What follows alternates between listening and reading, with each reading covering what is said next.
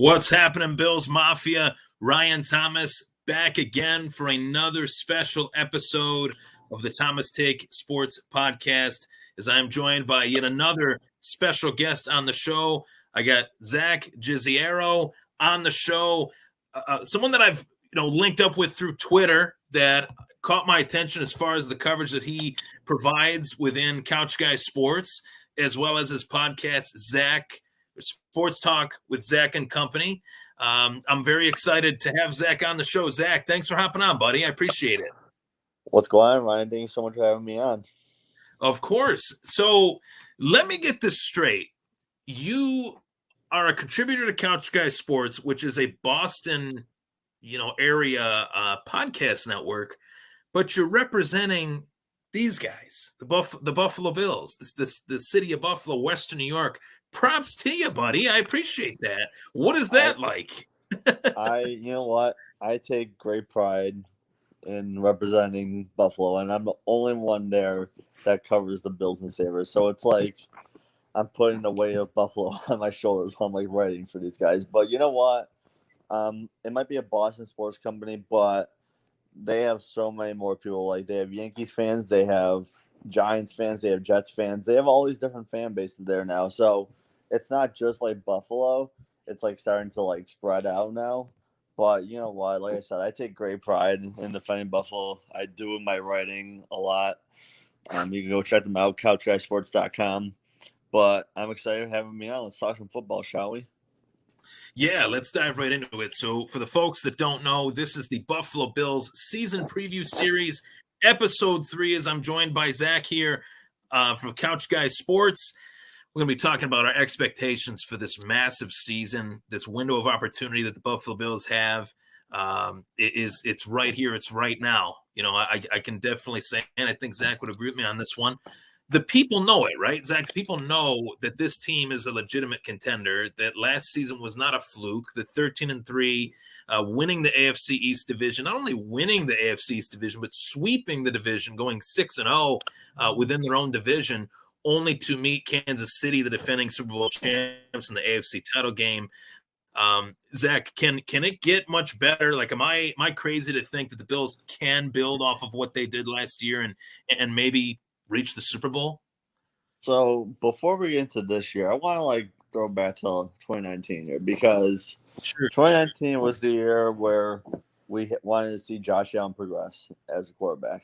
Mm-hmm. And I know that game against Houston was heartbreaking. I don't want to talk about it. It was terrible. But I really think they learned from that. And they set the bar for themselves. So it was draft a franchise quarterback, check. Made it to the playoffs, check.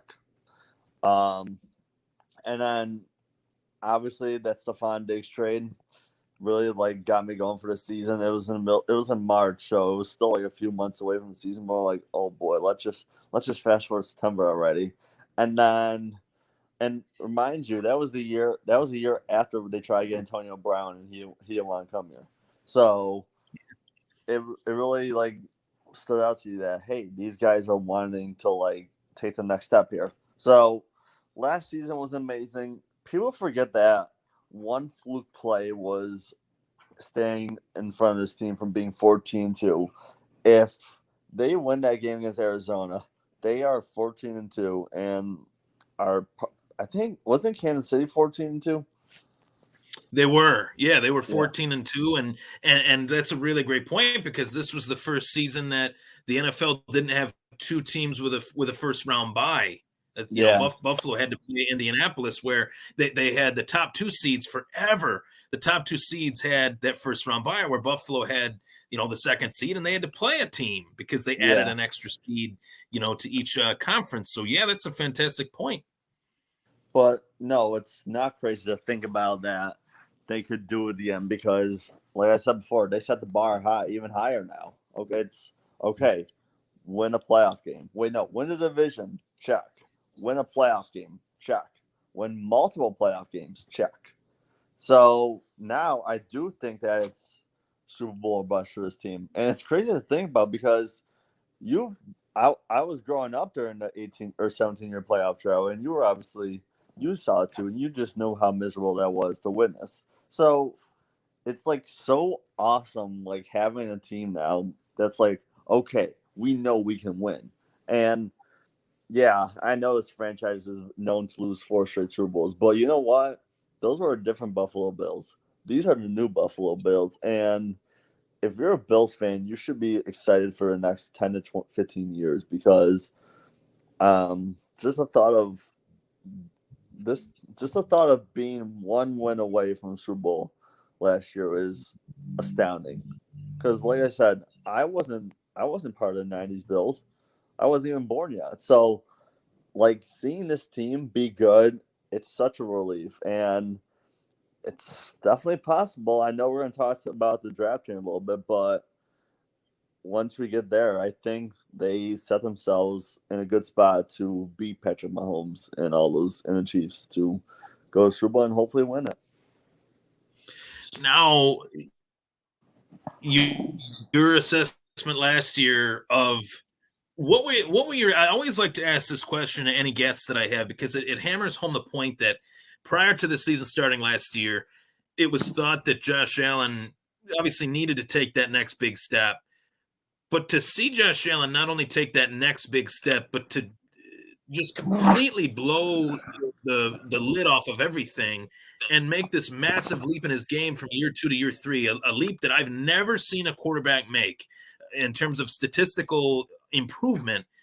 How shocked were you at how easy it was for Josh Allen and Stephon Diggs to really come together and thrive off of one another en route to what was a single season record-breaking, shattering season for Allen, as well as a record-breaking season for Stephon Diggs? Yeah, so like ever since like we made that deal for Diggs, like even like from the tweet, I remember when Allen's like tweeted out like you dig, and then Allen and then Diggs responded with saying let's get it. Like just from right off the bat, you knew it was gonna be something special. And but to answer your question, I was just blown away by the chemistry they have. Like it's when was the last time we had a quarterback and wide receiver duel like this? It's been a long time. And Kelly and Reed, really, that's really about it. Yeah. So now you have like these. Like let's face it, to be a good team in this league, you need a good quarterback and wide receiver combo. You just need it. Mahomes has Tyreek Hill. Brady had Edelman. He had Randy Moss. All Peyton Manning had Decker for a little Harrison bit. and Dwayne and yeah. Like Those two especially, and Eric Decker too. Yeah.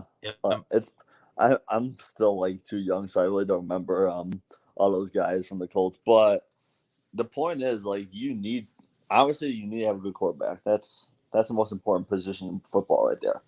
And you just need that go-to guy. Like, no disrespect to Cole Beasley and John Brown, but before Diggs came here, we did not have a number one wide receiver. It was like these guys who were bunch of two wide receiver twos. But now you have your wide receiver set in stone. You know if Stephon Diggs is going to be your top receiver. You know you have Cole Beasley and Gabriel Davis now. And then Emmanuel Sanders too. So I was completely shocked by it. I mean, I knew it was going to be a good year for both of them. Well, not like to the numbers that they put up, but I did not expect Stephon Diggs to have the most receiving yards in the league. Josh Allen finished second MVP conversation. Like, it's just crazy. Yeah. Yeah. To me, I mean, it seemed as if they were willing to partner up right out of the gate, with this really weird offseason that we had. Stephon Diggs was so willing to just jump right into his new scenery, which you don't typically see. I mean, I can attest to it just from like a job standpoint. Sometimes when you get a new job, you're a little bit timid, you're a little bit nervous. With Stephon Diggs he was all in right out of the gate. Yeah. He was all in. He was ready to work with Josh Allen, and he obviously maybe he liked what he saw when Josh Allen hurdled Anthony Barr, when they were playing against each other. Maybe he liked firsthand.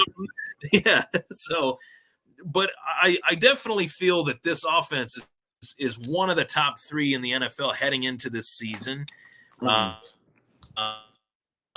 want to talk about a little bit this offseason and what this team has added to the roster to be better in 2021 than what they were in 2020 as a part of this Buffalo Bills 2021 season preview show.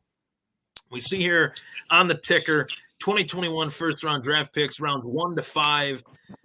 Pick number 30, 30th overall, the Buffalo Bills draft defensive end Gregory Rousseau out of the University of Miami.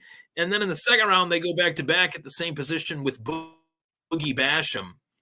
What were your thoughts on the Bills attacking the pass rushing need that this team had by selecting 2 defensive ends in the first 2 rounds of this year's draft? So I feel like they needed to go defensive end with their pick, no matter if it was going to be Rousseau or one of the top prospects at that position.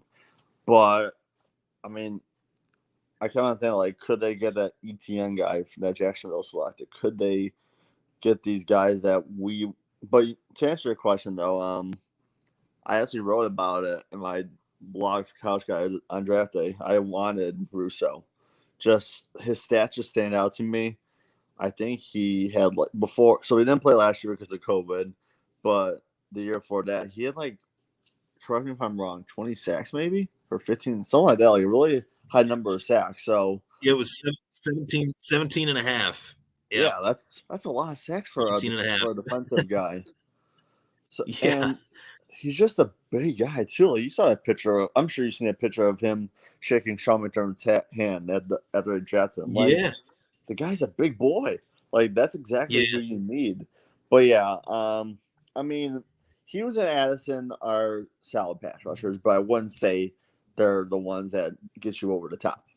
And with Rousseau, I wanted him. Like, I put my GM cap on. I know I'm not Brandon Bean. I don't think I want to be Brandon Bean, but I have okay, go after Rousseau here. But I was happy with Basham as well. They did need to improve at that defensive end position, and that's exactly what they did. And it didn't take long for Rousseau to introduce himself to the NFL. I think he sacked Goff in the first possession. Yeah, it was one of his first official snaps. It might have been the first official snap. He was out there on a full bull rush type play where he just powered through the offensive lineman on the Detroit Lions. I don't know who that was off the top of my head, but I think it was Sewell. Was it? Yeah, I thought it was. I wasn't positive on that, but I definitely, it was Penei Sewell. You're right on that. Yeah.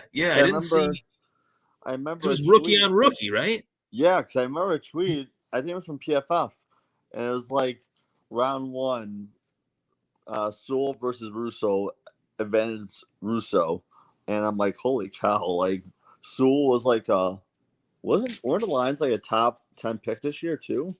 Yeah, and Penei Sewell was listed as like the 3rd best player in the entire draft. So that's just great news right there for you. Regardless of position, So what jumps out at you? Like, what jumped out at me as far as Rousseau was his physicality. Do you think the physical skill set was what really jumps out at the Bills and as to why they picked him? Because this guy, I mean, he's 6'7", 260, 265 pounds. I mean, you don't see many defensive ends move that quick that are that big. Yeah, I have a feeling that size, it has to be part of it. Like, you don't see these defensive, I don't think J.J. Watt's 6'7". I think he's somewhere in the 6'3", 6'4" range. I could be wrong, but even Khalil Mack, you just have all these guys who are obviously they're a good size, obviously for to be defensive end, but if he's 6'7", he can move like that. It's crazy to think about how he could be like that. And I'm definitely liking it for sure. Who else jumps out to you outside of Rousseau and Basham? We got the 3rd round Spencer Brown, an offensive lineman, Tommy Doyle, an offensive lineman in the 5th round, as well as Marquez Stevenson, wide receiver, DeMar Hamlin, a safety the next round, Rashad Wildgoose, as well as Jack Anderson with the final pick there in the 7th round. Who else jumps out at you in this draft class that you see making an immediate impact on the team? That's a tough choice. Tough question, isn't it? Yeah, it is, because I wasn't say Hamlin, but I remember we still have Poyer and Hyde, so you can't really make an impact there unless he comes in like out of nowhere. I mean, for the future, Hamlin could be a good, nice safety in the league, like a Justin Simmons. Hopefully, that'd be nice. I mean, Trent Brown's just a freaking monster. Like, you just look up at him and you're like, oh my goodness, this guy is tall. Like, I feel like they needed to also improve the offensive line as well. Mitch Morse is obviously going to be your center. Deion Dawkins. And then John Feliciano. Who else do we? I know we had Brian Winters last year. Who? Well, they got Darrell Williams back for another season, and one guy that they're really counting on to make a next step forward is Cody Ford, who they drafted as a tackle, but he's looked a lot better as a guard than he has a tackle.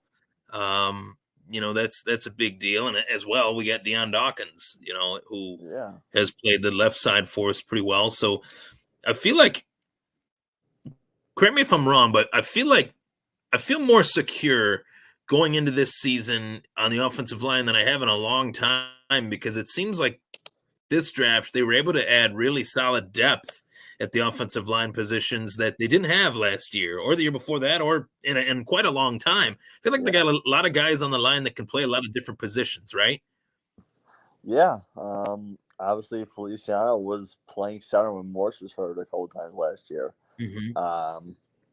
You just never know, like, what these guys can bring. The question is, obviously you could sub them here and there, but yeah, I agree with you. Like, I can't remember the last time we had this good of an offensive line. It's like crazy how we went from Eric Wood to Mitch Morse in just like a couple of years, just like that. Like, yeah, I agree with you. I mean, to be honest with you, I don't know that much about the offensive line like I do for the rest of the team, but I'm in agreement with saying that I feel good. I hope Bobby Hart doesn't play for them because he is not doing so well. But it's nice to see Dawkins back from COVID because it sounded like it was a scary situation for him. Yeah, that was something that I definitely wanted to bring up on the show, too. I don't know if anybody was watching the Buffalo Bills player press conferences, but Deion Dawkins was pretty open and honest about his bout with COVID and how bad it was. And that was a little jarring, to say the least, as far as what some of these players have gone through, whether they've battled COVID or whether their relative has had COVID or something like that. I'm glad that he's feeling good and feeling ready. I got another question for you, and this is a tough one, but who would you say on this current roster is really, what single player, you could name one on each side of the ball, offensively or defensively, what two players on this team on both sides of the ball are under the most pressure to really have a solid season for us? I got my two. I'm very curious to hear what your two are and see if one or both of them are the same as mine. So, okay, let's start for the offense. I think it's Dawson Knox. There's always that question about tight ends. Like, you need your Kelsey, you need your Gronkowski, like, to be successful. I mean, I think we saw him in that Bengals game running over that safety like he was nothing. Like, the guy has potential. Right.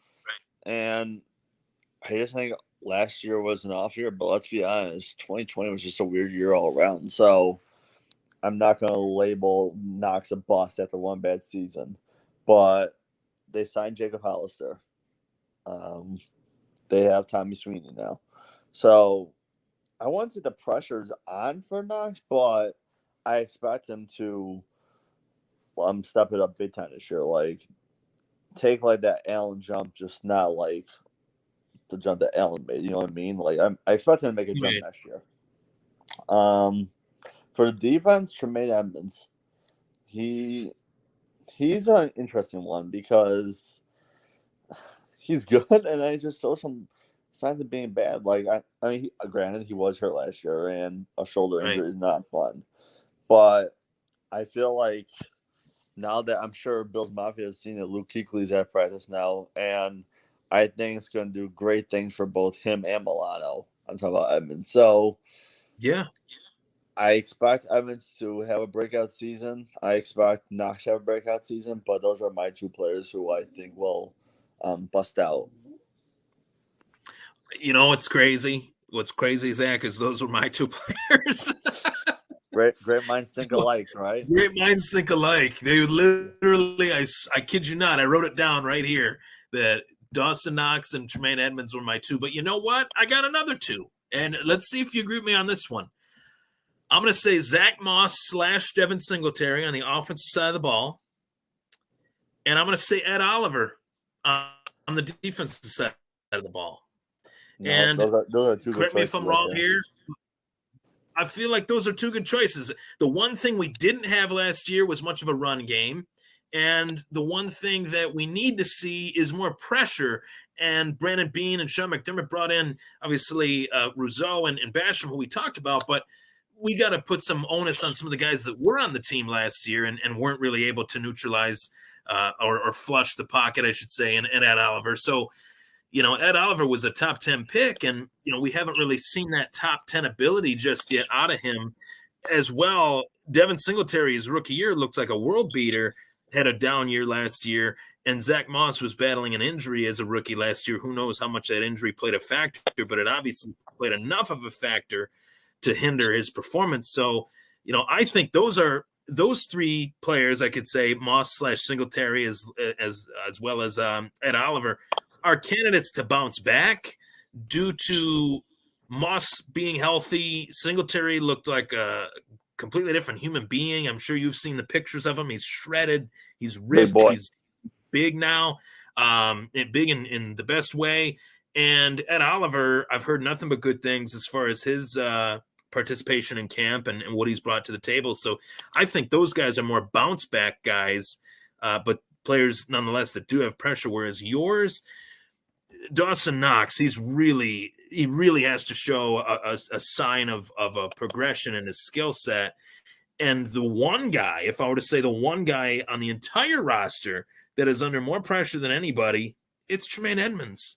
So, do you expect now with Gregory Rousseau and Boogie Basham in the building, and hopefully they can contribute for us right out of the gate, do you think that'll help guys like Tremaine Edmonds and Ed Oliver and the secondary as well when they're able to get that pressure?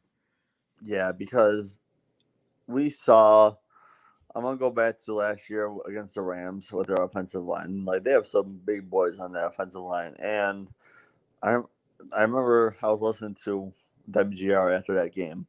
And so I can't believe I still remember this because it was like almost a year ago. But I just remember like Sal Capaccio saying like the Bills are known for like to get to the quarterback and have like those bigger guys like able to like get into the trenches there. They're known for like defending and like being athletic. So on Edmonds, I'm not sure. I do expect him to be much better, like I said before. Hopefully takes the pressure off now that he has Milano with him as well. That was a huge re-signing Milano. And yeah, so we talked about these players who we want to take the jump next season. Allen obviously took that jump. It was a big jump, but he took the jump. Well, it's Gabriel Davis. He took a jump in his rookie year, I think. I think he's going to be a stud. I said since the last year, like, he's going to be a breakout player for the Bills this year. And once Beasley's gone, Stephon Diggs and Gabriel Davis is a great 1-2 punch right there. Yeah. For the running backs, I agree with you. Moss and Singletary. I've been back and forth when it comes to Singletary. I've wanted him gone, but I don't want him to like get a fair shot. You know what I mean? Like I want him to like have a chance to make the team and be. You want him to have a shot, right? Yeah. I'm not. Yep. I could say that like I wouldn't mind moving out with him, but I root for every Bills player. No, if you're like a 7th-round pick, I'm gonna root for you to make the team because as a fan, we want our team to succeed. I feel like there's no question about that. But yeah, Moss Singletary. I expect big things from Singletary this year. I think Moss really played really good. It's unfortunate he got hurt in the Indianapolis game, and I feel like Singletary changed the whole Chiefs game when he dropped that ball. So I expect them to be much better at that. You don't want your franchise quarterback running every single ball for you. And then hopefully Matt Breida will help them out a little bit as well. But yeah, no, and then for Oliver, I think he's having another good year as well. He's shown some signs last year of being a good player in this league. And I think he will be a factor going forward this year and going into the future. I think it's not even that Ed Oliver doesn't have the skill. He definitely does. But I definitely think the addition of Rousseau and Boogie Basham to have some younger pieces around a younger piece, it's going to help the younger piece. It's going to help everybody, but it's especially going to help Ed Oliver rather than having Mario Addison next to him. And no disrespect to Mario Addison, but his best years were in Carolina. This is the last stop, more likely than not, for Mario Addison in Buffalo. And I think, you don't draft 2 defensive ends, let alone actually 3 defensive ends with 3 top picks. You go back to last year, they drafted AJ Epinesa, who nobody's really talking about due to the draft that they had this year. But you got Epinesa, Rousseau, and Boogie Basham all waiting in the wings to play a prominent role on this defensive line on this team. So I truly feel that, we're hitting the nail on the head here. I want to get your thoughts on the rest of the AFC East, though, before we part ways here and wrap up the show. How do you see the rest of the AFC East kind of shaping out, and what were your thoughts on the off seasons of the Dolphins, the Jets, as well as the Patriots? I think the Patriots are going to be competing with us for the East this year. I really do. They made some good moves in the off. I hate to give them credit, but I am because I'm just being fair here. So right. They've had so many receivers now who are going to help out either Cam or Mac, one of the two. I'm not, but to be honest with you, when it comes to the quarterback perspective, Cam doesn't scare me. I know last year was probably an off year for him, but he's not going to be 2015 Cam. They got better on the defense with Judon now. They have Hunter Henry and Juju Smith now. I think that's his name from Tennessee. Yep. Juju Smith. Yep. I do. So yeah, I still think we'll win the division. Sorry about that. No, you're good. We made it the whole show, and then we had one sneak in. Two barks were sneaking in. We're good though. I'm gonna go upstairs. So yeah, if you're gonna edit it out, that'd be great. Let's see. For the Jets, I still think they're a couple years away. I think Zach Wilson is gonna be a good quarterback in this league, but I'm not ready to be afraid of them like I am with the Dolphins. And the Dolphins didn't really do anything in the offseason as well. They're a good team still, but like I said, with Cam, he doesn't scare me. Tua doesn't scare me. Zach Wilson doesn't scare me. I think the future of the AFC East is going to be really good, though, because you got Josh Allen, Mac Jones, Zach Wilson, and Tua Tagovailoa. I keep on butchering his last name, but Tua as a quarterback. Viola, yeah. Yes. Yeah, no. So, I like your take there. I do think the Patriots got considerably better this offseason, but that was my next question. It's almost like, Zach Wilson has got talent. We know that. We've seen it, but how for real do you think Mac Jones is? Because Cam Newton is I think Cam Newton is done. I really don't think Cam Newton has a snowball's chance in hell of reclaiming his old self. I'm just being honest. I just don't see it. And Tua, I was shocked. I've said this on the show so many times. People are probably so sick of it, especially Dolphins fans. But how did the Dolphins invest the 5th overall pick in a very injury-prone, a very, I guess I should say, very injury-prone, as well as someone that is not durable at all at the quarterback position in Tua, when you had Justin Herbert available for you? Now, I didn't think that Justin Herbert was going to have the year that he had with the Chargers last year, but I knew that Justin Herbert played in a pro-style offense. I knew that he stayed healthy at Oregon. I knew that he put up a lot of yards, threw a lot of touchdown passes. Those things matter, and yet Miami took the guy that can't stay healthy, that doesn't have the arm, that can't seem to string together a solid few weeks. I think Miami is going to fall by the wayside with that decision, and they might end up drafting a quarterback pretty soon here in the next couple of years. And I like what I've seen from Mac Jones so far in the limited preseason action that we've seen him. Basically, my question is, as we wrap things up here, when will Cam Newton be benched? Because I think it's inevitable. And when do you see Mac Jones being the starter, coming from a guy that covers the Buffalo Bills within a Boston sports network? Go Red Sox, by the way. Yeah. What do you think of Mac Jones? So to answer the first part of the question, I expect Cam to be, depending on how the Patriots are doing, I don't think he's gonna be finished the season as their quarterback. I think he's gonna get benched at some point and Mac's gonna take over.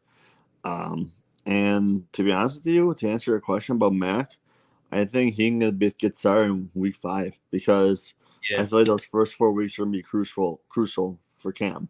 I think they open up against Miami. I'm not sure of their schedule. I know they play Miami week 1. If you want to look that up real fast, and then sure. I think they take on Brady and the Bucks week 4. So yeah, you're right. Yeah, Miami, the Jets, the Saints, and Tampa Bay. That to me is a tough schedule outside of the Jets. And let's be honest, you can look at the Jets and say that they're a bye week, but they're a different team this year. They're coached by somebody that is far more respectable than Adam Gase. We say that, right? That's so we can't say that we can't say that they're a gimme. They're going to be tougher. They're going to be more competitive in terms of mentality, at least. So yeah, I mean, I think Mac's got to. I would give Mac Jones the starting job week 1. I would just say screw it. I would do the same if I was the Bears with Justin Fields. I get that they want to coddle these guys and move them along slowly so they don't lose their confidence if they get off to a bad start. But it's clear to me that Mac Jones is the best quarterback that they have, and it's clear to me that Justin Fields is the best quarterback that the Bears have. But who am I? I'm just a podcaster. Yeah, I mean, you're not wrong because let's go back to Josh Allen. We wanted him to develop, and Nathan Peterman was a starting quarterback. As crazy as that sounds, he was going to be a starting quarterback, and it was a blowout loss against Baltimore, and Allen came in, and we've been riding him for a long haul here. So, yeah, I respect the philosophy of letting quarterback develop, but I mean, it's working with Allen. I mean, we knew it was going to be a tough season, rookie year for him, and it was. We won 7-9. Next year we won 10-6, right? In 2019. Wait, hold on. 10-6. Yeah, they went 6-10 his rookie year, 10-6 the next year, and 13-3 last year. Yeah. So, as long as you have a good system, and this is a tough thing because there's a debate. I'm sure you've heard about it about Diggs making Allen so much better. Like, part of that is true, but Allen did so many things in the offseason last year to improve himself. Like, he changed his mechanics. He changed his throwing motion. Like, Diggs helped him out 100%, but you need to give Allen some credit here, and this goes for every quarterback out there. Like, every quarterback needs a support system. They can't do it themselves. I'm really glad you brought that up, Zach, because I did see those tweets. The one tweet in particular, it was like, how did Josh Allen get better? And then it was like, answer Stephon Diggs' photo, which is so insulting to Josh Allen. And it's actually insulting to Stephon Diggs because Stephon Diggs in Buffalo this past year was not the receiver he was in Minnesota. He even said it. He even said he was not the guy with Kirk Cousins that he became with Josh Allen. The best single season of his career was his first year, his only season thus far, obviously, in Buffalo. He didn't put up those numbers. He couldn't put up those numbers with Kirk Cousins because Kirk Cousins isn't that good, first off. And secondly, they're a run-first offense with Dalvin Cook. So, I don't understand that. I know people don't want to give Josh Allen their due or his due. They don't want to give the Bills their due. But Zach, would you have it any other way? I don't. No. I wouldn't. I don't want any. I don't want it any other way. I don't want them to get the praise that they deserve. I want them to get the praise that they deserve when they're hoisting that Vince Lombardi trophy, saying, "You didn't believe in us. Believe in us now. We're here to stay." Yeah, I mean, that's what I want. I always tell them I say all those arguments, and I tell myself, let Josh Allen do the talking, let his play do the talking, and then they'll still find a stupid excuse if they win a Super Bowl, like, oh, you guys had an easy schedule. Well, you know what? We had the third toughest schedule last season, and we finished 13-3. So, you know what? Yeah. Take that as you will. I completely agree. I'm very pumped up for this season, Zach. I know you are as well. I appreciate the time that you've dedicated to coming on the show today. I really appreciate you hopping on and talking about this 2021 Buffalo Bills team.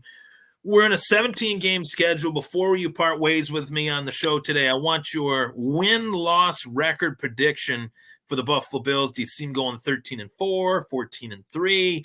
How do you see it going down? Well, first of all, thank you for having me on your show. It was a lot of fun. It's always nice talking sports, especially football with you, Ryan. So thank you. Appreciate it, man. Yeah, and appreciate you. To answer your question, it's funny because I actually did an article on this a couple weeks ago. You can go check it out again, Couch Guy Sports. I say this team goes 14-3. I think the schedule is favorable, first of all. And if you want to ask me who we lose to, I think we lose to Kansas City. I think it's going to be close, so I think it's going to be much better in the last two meetings between us. Tennessee is a flip of the coin because it's just two good teams going at it. But at the end of the day, I do think they win that game, and then Tampa Bay would be the last one they lose. So Kansas City, Tennessee, and Tampa Bay, but I'll still take 14-3 over and lose. I'd rather lose to those guys in the regular season than when it matters the most. I tell you what, I agree with you. I really like that take, but I will throw in a caveat to those three losses. Okay. Ready for it? Yeah. They will all be within one possession or less. Yeah, I can see it happening. We'll lose to Kansas City by 7 or 3. We'll lose to Tennessee by 7 or 3, and we'll lose to Tampa Bay by 7 or 3.